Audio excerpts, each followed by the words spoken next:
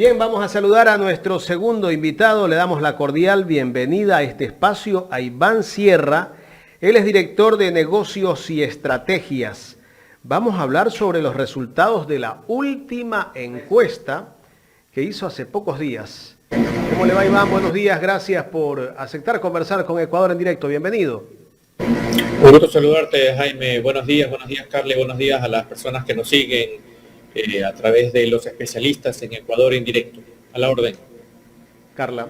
Iván, gracias por aceptar conversar con nosotros. Bueno, vivimos unas elecciones atípicas y sabemos que en todo caso el tiempo es corto y que de pronto la ciudadanía no está segura en un sinnúmero de situaciones que han pasado y la delincuencia prima en la mente de los ciudadanos. Pero, ¿qué piensan los ciudadanos? Sabemos que hay resultados de últimas encuestas. ¿Cómo ves tú el ambiente, el clima ciudadano con respecto a esas elecciones? Carla, hay más problemas que solamente la inseguridad. Ya quisiéramos como país y como ciudadanía que el único problema por resolver para el próximo gobierno y para las actuales autoridades fuera la inseguridad. El estudio que hicimos recientemente revela que cuando menos hay dos o tres inconvenientes más de muy alta importancia para la ciudadanía. Uno de ellos es el desempleo. Es un dato no menor, que más del 50% de las personas que encuestamos en el estudio que hicimos la semana anterior, ya mismo les comento los detalles técnicos, pero digo, es un dato importante que más del 50% de las personas encuestadas en 8 provincias del país dijeran que desempleo es el problema más importante que los aqueja en estos momentos. Lo menciono de inicio frente a tu pregunta porque las problemáticas de la ciudadanía suelen ser más complejas que solamente solucioneme uno o dos aspectos, sino que suelen ser mucho más complejas. Y en política y en comunicación política, una de las claves es poder detectar, identificar y luego conectar con las necesidades ciudadanas de forma integral y no de manera desagregada. ¿Cuál es la ficha técnica de esta encuesta? ¿Cuándo hicieron esta encuesta, Iván? Esta encuesta fue hecha del 22 al 26 de junio a 3.524 casos, es decir, 3.524 personas en 8 provincias, las más pobladas de Costa, Sierra y Oriente. Esto implica que la muestra tiene un nivel de confianza de 95% y un margen de error de más o menos 1.7%. Esto significa, cuando decimos nivel de confianza de 95, que si pudiéramos hipotéticamente hacer 100 encuestas en simultáneo, en 95 de ellas el resultado sería el mismo, y cuando decimos más o menos 1.7, significa que si pudiéramos hacer una encuesta y al mismo tiempo un censo en los 13 millones y tanto de personas empadronadas, los resultados entre uno y otro variarían hacia arriba o hacia abajo, máximo en ese porcentaje que hemos indicado. Se puede decir entonces que es una muestra seria y considerable en función de los porcentajes. Preguntas clave, ¿qué cosas clave se vieron en esta encuesta? Sí, es una muestra exhaustiva para las 8 provincias que abordamos. Estas 8 provincias en su conjunto, la población de esas ocho provincias corresponden al 70% del padrón, ¿no? ¿Qué sale como especialmente relevante? 38% de indecisión, y por allí creo que pasa la mayor parte de los análisis. 38% de indecisión, Iván, ¿en qué exactamente? ¿Indecisión en cuanto a la intención de voto, cuando poníamos enfrente de las personas, exactamente esa es la diapositiva a la que estoy haciendo referencia. Solamente voy a hacer una introducción muy cortita sobre esta parte para que las personas que nos siguen vayamos todos juntos mejorando el nivel de cultura en cuanto a la lectura de encuestas. Una encuesta de intención de voto no es una papeleta, yo toco la puerta y le entrego la papeleta y le digo vote, así no es. Así no es, porque no tendría sentido al menos en este momento de la campaña, cuando faltan 50 días, hacerlo de esa forma. Me explico por qué. Si hoy a un padre o madre de familia que nos está escuchando, viendo, le preguntara qué le regalaría usted a su hijo por Navidad o qué le va a regalar a su hijo por Navidad, probablemente no sepa y me diga no sé o me responda alguna generalidad y me diría juguetes. ¿Ya? Pero esa, ni el no sé ni la respuesta juguetes a mí me permite conocer mucho sobre esa persona. Y me responde eso porque estamos julio y la Navidad es en diciembre.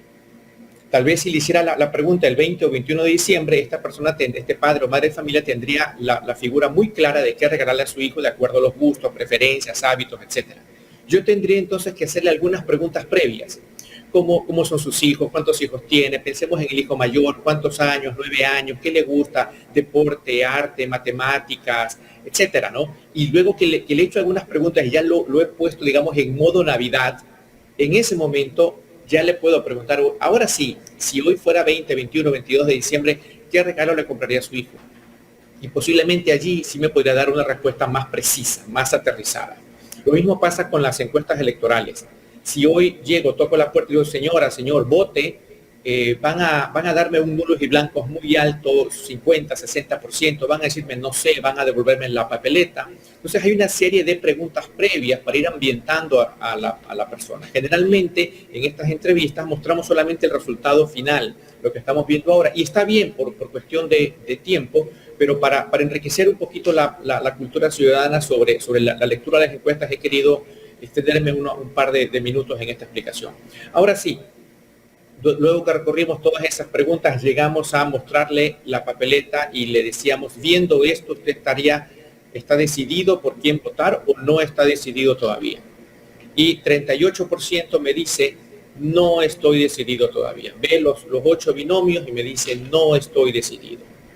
Y el 62% restante votó, es decir, recibió la papeleta y marcó el voto, y esos son los resultados que estábamos viendo en la lámina anterior, que presenta a Luisa González en primer lugar con 30% de la intención de voto, y a los demás candidatos por debajo de 10 puntos. Vemos a Yacu Pérez, que es la barra verde sobre la izquierda, con 8 puntos, y vemos a Otto Sonnenhösner con 8 puntos también. Yo tengo la pantalla que estoy viendo un poco borrosa, así que me estoy refiriendo a la pantalla mía. 30, sí. 8 a ver, y 8. Vamos tratando de ir desde el inicio. Usted me corrige, ¿no? Si de pronto estoy también mal en la lectura, por supuesto. Tenemos a Jan Topic con un 2%. Es correcto. Luego de esto tenemos a Yacu Pérez con un 8%. Correcto. Están en ese orden porque en ese orden van a aparecer en la papeleta, ¿no? Ok. Es bueno también decirle a la ciudadanía esto, ¿no? Que ese es el orden que pusieron por el orden de papeleta. Tenemos a Daniel Novoa con un 1%. Luego tenemos a Luisa González con un 30%. Y tenemos a Otto Sonnenhösner con un 8%. Aquí vemos ya un empate, ¿no? Hasta el momento, ¿no? Yacu Pérez. Entre Yacu y Otto. ¿Qué lectura le damos a eso? Bueno, son los dos candidatos con mayor nivel de reconocimiento. Un momento antes de hacer esta pregunta, habíamos mostrado las 8 fotografías de los 8 candidatos y candidatas a la presidencia de la República con el logotipo de su respectivo partido, sin nombre, por supuesto, y le habíamos pedido a las personas encuestadas, bueno, mirando esto, dígame quiénes son, ¿no? Deme los nombres de cada uno. Y los 2 candidatos con mayor, eso se denomina reconocimiento, con mayor nivel de reconocimiento son justamente ellos, los dos, Otto Sonnenhösner y Yacu Pérez. Eso les da un punto de partida importante, una ventaja importante sobre Jan Topic, sobre Daniel Novoa, sobre Fernando Villavicencio y sobre Bolívar Armijos, ¿no? Que tienen niveles de reconocimiento bastante inferiores. Cuando digo que tienen un buen nivel, me estoy refiriendo a de 65% para arriba, o sea, 6 de cada 10 ecuatorianos o 7 de cada 10 ecuatorianos, viendo el rostro con logotipo, dicen, él es Otto, él es Yacu, ¿no? Eso reitero, les da una ventaja importante, y en la medida en que los otros candidatos no aceleren su nivel de reconocimiento, ellos dos deberían cortarse hacia arriba, deberían en las próximas semanas tal vez crecer y disputar el segundo puesto, tal vez en porcentajes mayores de los que estamos viendo. Iván, viendo que esta campaña electoral va a ser muy corta y que algunos están haciendo campaña en redes sociales, están haciendo la visita a los barrios, a las ciudades, se les va a hacer un poco difícil a los candidatos nuevos, en el caso de Jan Topic, Bolívar Armijos, posicionarse como candidatos a la presidencia de la República. Sí, efectivamente. Y no hay forma de conseguir votos si no se ha obtenido antes reconocimiento y además cierto nivel de identificación de su mensaje, de cuál es el mensaje principal, de cuáles son las virtudes que se reconocen al candidato. Y en una campaña corta eso es sumamente complicado. Si en campañas extensas a veces toma tiempo, dinero y esfuerzo conseguirlo, en una campaña corta las exigencias son mucho mayores, además a nivel nacional. Correcto. Pasemos a la siguiente imagen. El 38%, en la diapositiva anterior habíamos visto que había un 38%, casi 4 de cada 10 ecuatorianos al día que hicimos la encuesta hace una semana no sabía por quién votar. Viendo la papeleta no sabía y por tanto le dimos la papeleta solamente a los que estaban decididos. Pero luego, en un segundo momento, le dijimos a esos indecisos, ¿sabe qué? Aunque usted esté indeciso, vamos a hacer cuenta que hoy es el día de la elección y le toca tomar una decisión. Así que decida. Recibimos esos votos, los sumamos a los anteriores y sacamos un nuevo 100% en el que, claro, ya no va a haber indecisos, porque los indecisos marcaron papeleta. Y tenemos entonces estos resultados, estamos viendo ahora en pantalla. No sé si son esos resultados, creo que nos hemos saltado una diapositiva. Lo que pasa es que yo no estoy viendo con claridad, pero debiera decir Luisa González 41%. Esta dice 42% Luisa González. 41%.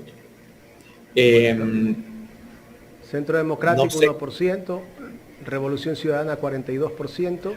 No, estamos nos hemos ido hacia atrás, sí, correcto. Vamos a darle. Ya está buscándola Jorge. Sí, pero es la diapositiva en la que exactamente esa es. Está.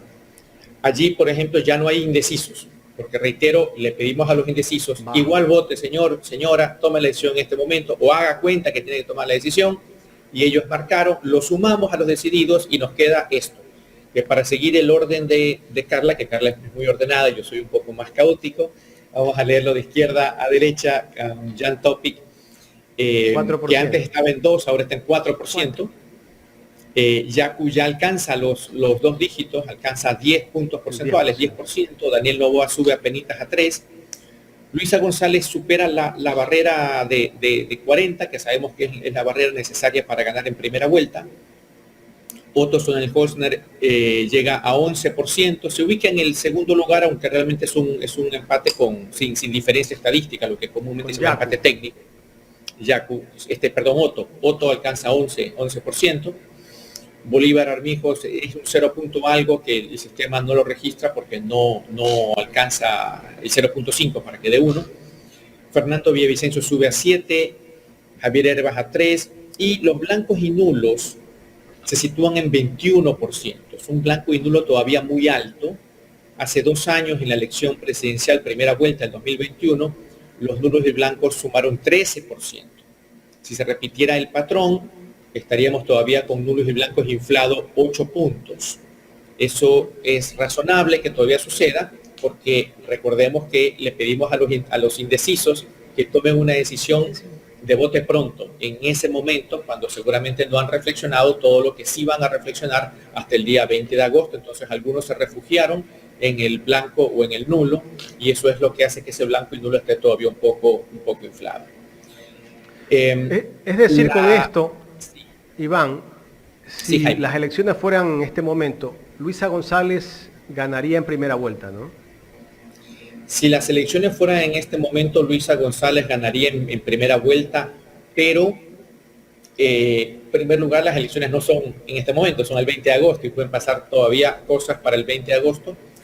Y pongo énfasis en esto porque aunque los números de ella son muy amplios con respecto a sus seguidores, a quienes la siguen, quiero decir, a Otto Sonnenhösner y a Yacu Pérez, esos números son así de amplios, en parte son decididos por ella, que es el primer 30% que veíamos, pero en parte son también esos indecisos que, perdón el uso del término, forzados a tomar la decisión en el momento de la encuesta, le terminan dando a ella esos 11 puntos adicionales que le permiten situarse en 41. Pero esos 11 puntos no son de Luisa González todavía, ¿no?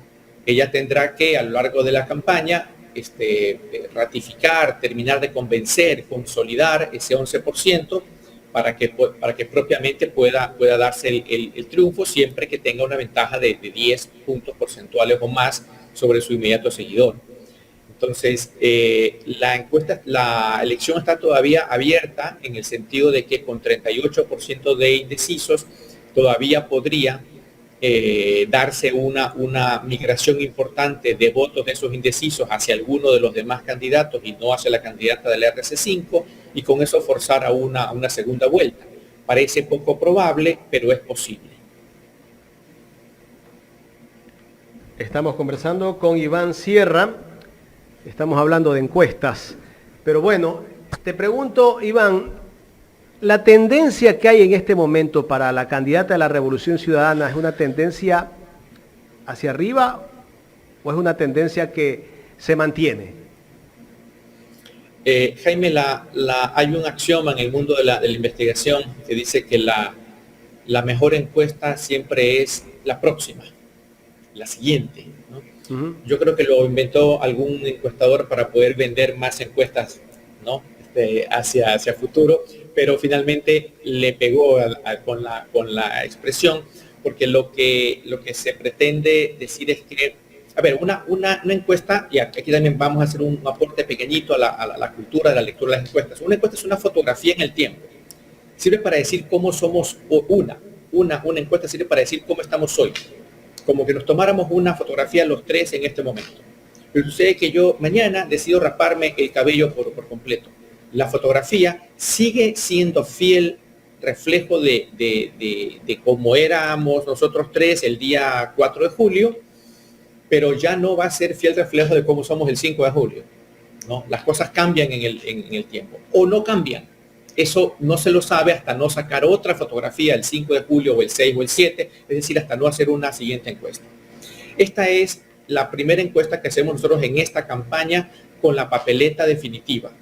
Habíamos hecho una 4 o 5 semanas atrás, una papeleta tentativa donde no estaban todos los candidatos, que finalmente se consolidaron como tales, y estaban en cambio algunos otros nombres que en ese momento se habían anunciado como precandidatos y finalmente no lo fueron. Entonces, no hay una comparación directa. Sin embargo, ante la pregunta tuya, en aquella vez, bajo otras circunstancias, porque era otra papeleta, reitero, Luisa González tenía una votación similar, una intención de voto similar, con lo cual estaríamos hablando de que en 4 semanas ella ha consolidado esa posición, a pesar de los cambios, es decir, a pesar de la entrada y la oficialización de algunos candidatos adversarios de ella, pero también ella pues ha hecho lo suyo y su campaña pues se ha movido tal vez más que las otras campañas, ¿no? Me refiero a la presentación de la mascota, de las ovejitas, que generó tanta polémica y tanto ruido,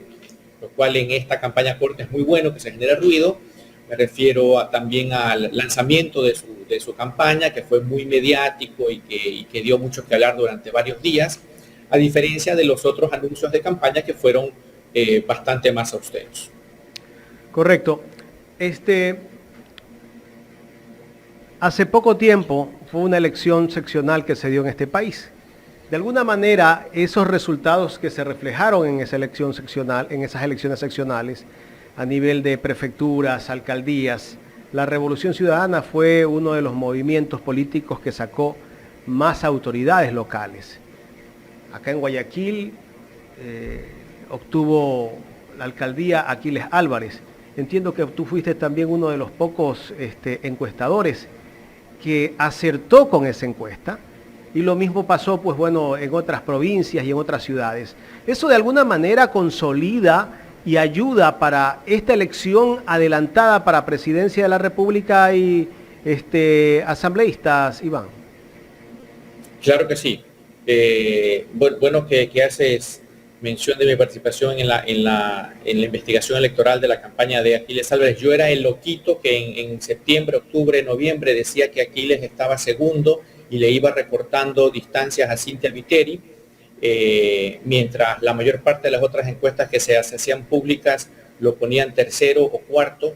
Cuando asistía a algunos programas de tus colegas o de colegas tuyos, me lo objetaban casi en plan de debate, ¿no? Sin que ninguno de ellos hubiera pasado por las aulas universitarias estudiando investigación ni habiendo ejercido nada en el mundo de la investigación.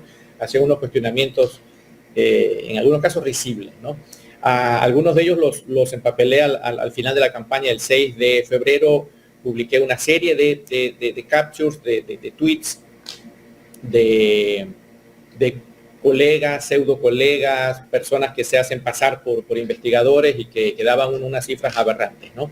En todo caso, sobre la pregunta política tuya, sí, por supuesto, pero hay que tomar el tema con pinzas, Jaime, porque, por ejemplo, la elección de Guayaquil se la ganó con 40%, pero hubo otras elecciones en otros cantones y en otras provincias que se las ganó con bastante menos.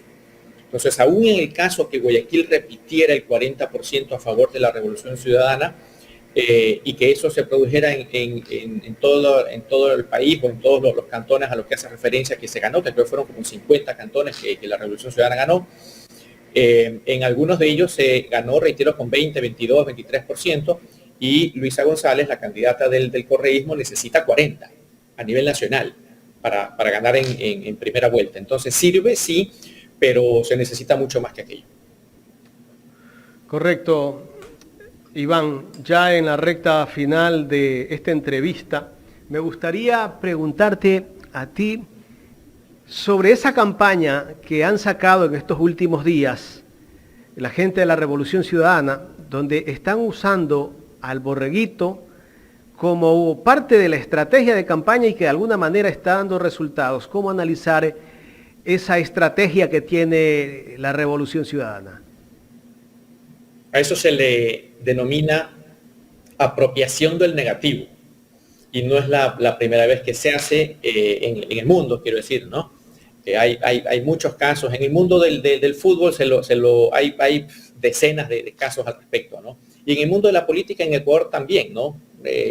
No sé si recuerden los forajidos, que era este grupo de manifestantes que protestaban contra el gobierno de Lucio Gutiérrez y Lucio con cierto tono peyorativo, ellos no son más que unos forajidos, y luego se apropiaron del negativo, ellos, los forajidos, o los manifestantes, se apropiaron del negativo y lo tomaron como nombre emblemático, y dijeron, sí, somos los forajidos, y luego ya sabemos lo que terminó pasando con Lucio Gutiérrez y el apoyo que terminaron recibiendo los forajidos, ¿no?